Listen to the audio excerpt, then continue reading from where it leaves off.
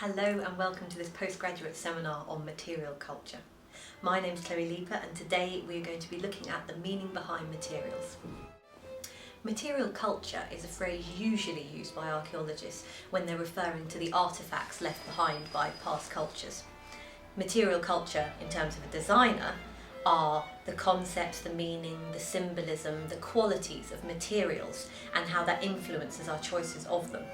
The culture of a particular material usually derives quite objectively from its visual and sensory attributes, such as with marble you've got strength and therefore it lasts, it's a sense of longevity, it's an expensive material to process, therefore it has wealth.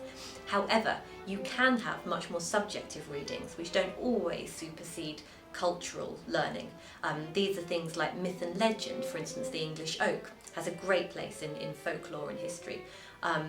Also rare woods, if you've got a rare wood from an exotic land you've never been to, that in itself is going to inspire imagination.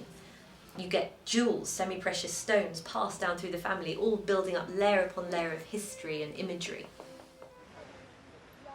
This panorama of London shows the vast eclectic mix of different architecture, all made from different materials with different associations. The famous architect Frank Lloyd Wright states that each material carries its own message and that we should use these messages to actually influence our design, not just create a design and then pick what we consider appropriate materials afterwards, but let the materials speak for themselves and help us within the construction and form of our designs.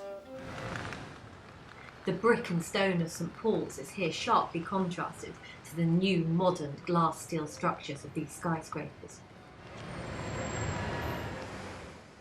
What is the visual language and meaning of the materials chosen in the buildings to the left of this image? It's not just natural materials that have positive associations. Here at the National Theatre, there's a wonderful playful use of astroturf and brightly coloured synthetic umbrellas to create an atmosphere of fun.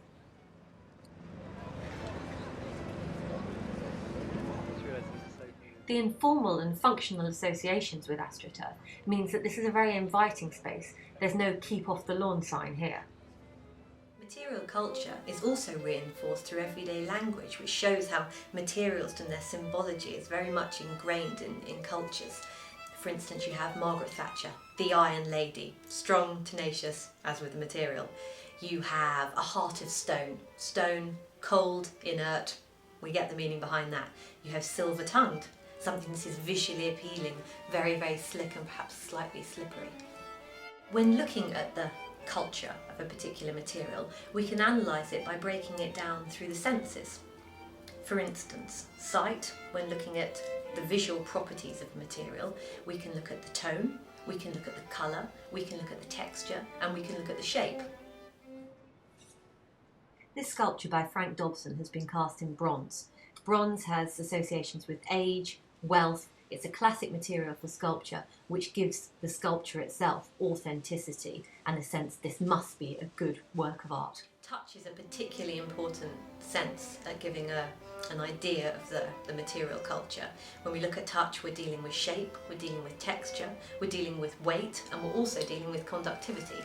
For instance, nobody likes to sit on a cold marble bench. Sound also plays an important role. For instance, sound can be broken up into the interaction of the material with itself, such as the rustling of bamboo with the wind, or the interaction of the user with the material, such as the very particular sound of footsteps on a cold marble floor. Vegetation and the natural world is also a material in itself. Here we have bamboo. Bamboo rustling is a universal sound of rest and peace and is used to create associations of healing and naturalness. Materials speak of time. For instance, this can either be with the manufacture. It takes around 80 million years for flint to form, which is the process of silicification, which is going from jelly into hard flint stone. So the actual material itself has a vast time span.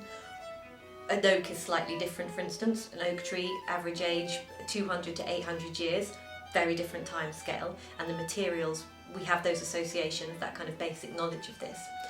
The other element that time plays in materials is the construction time when used with that. So you've got the time that it takes for the material itself to be created, and then you've got the time it takes for someone to create with that material.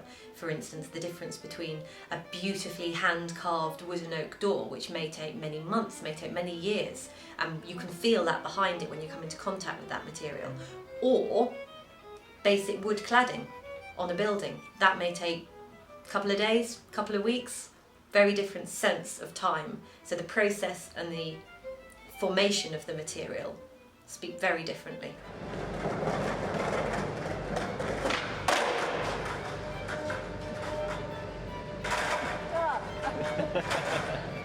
Here at the National Theatre in London South Bank, we have an excellent example of how materials speak of time and can be used to the advantage. We've got cast concrete here. This was cast in situ. It was in wooden shuttering, so it picks up with all of the detail and the warmth of the wood, and yet it's very permanent material. It's concrete in the weather well. And actually this is juxtaposed by some temporary boarding of the real wood here, which already you can see is chipping. Time within materials can be taken positively or negatively. For instance, in 18th and 19th century Germany and England, ruins were purposely built. Ruins, follies became very, very fashionable to have that kind of magic, myth, legend and excitement of something that looked historical.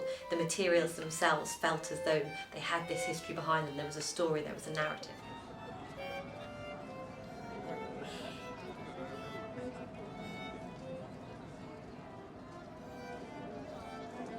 Materials derive their culture quite objectively from the physical or sensory properties that they have, such as marble. It's strong, it's hard, it's long-lasting. They're the associations. However, materials culture can be derived from much more sort of abstract, symbolic and pull on things like myth and imagination. For instance, getting a very rare piece of exotic wood from a land that you've never travelled to, or something like the English oak, which has a very strong place in history and myth and folklore, or even precious stones, semi-precious stones that have been passed down through the generations in family jewels. Plastic has associations of cheapness and temporality, and is here used very well as a temporary fence. Smell and taste are obviously more difficult senses to look at, but wet soil, metal warmed in the sun, as with wood, do have particular qualities that can also create links with past memories. Plants as a material have here been used in this urban setting to naturalise this steel bus shelter. This business centre uses granite and classical columns, as well as glass for cleanliness, strength and associations with power and structure and longevity. This idea of capturing time within materials is used by most artistic and design movements. For instance, neoclassicism tries to appropriate the qualities of ancient Greece by using the same materials, using marble, using the same sort of forms, strong lines, clean shapes, but you know, the materials themselves have these associations with longevity, power, splendour. There's gilding involved in these things. Contrasting to that, you've got something like the arts and crafts movement, which is all about hand-carved wood, hand-beaten copper. It's all about getting the materials to give you a sense of the honesty and the tactility of sort of medieval craftsmanship. The detailed brickwork and small scale of these almshouses has been disproportionately contrasted with the cornerstones, which have been put in because of their connotations with the neoclassical period and the superiority of Greek architecture. So now it's over to you. You'll find the material culture brief in the seminar forum, and this will give you a chance to more fully explore the culture behind materials.